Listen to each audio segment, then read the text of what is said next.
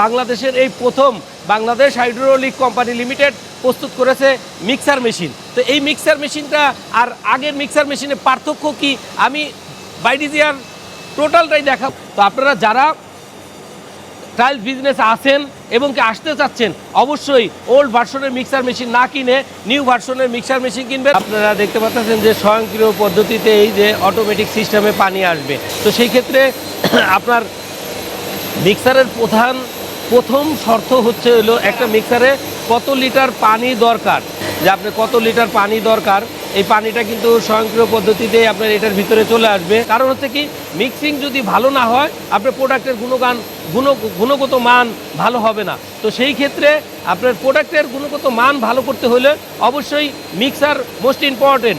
Concrete রিলেটেডে যে কোনো ধরনের ঢালাইয়ের ক্ষেত্রে, যে কোনো ধরনের টাইলসের ক্ষেত্রে, যে কোনো ধরনের আপনার ব্রিক্সের ক্ষেত্রে, তো সব ক্ষেত্রেই আপনার অবশ্যই আপনার মিক্সার অ্যাকুরেট হতে হবে।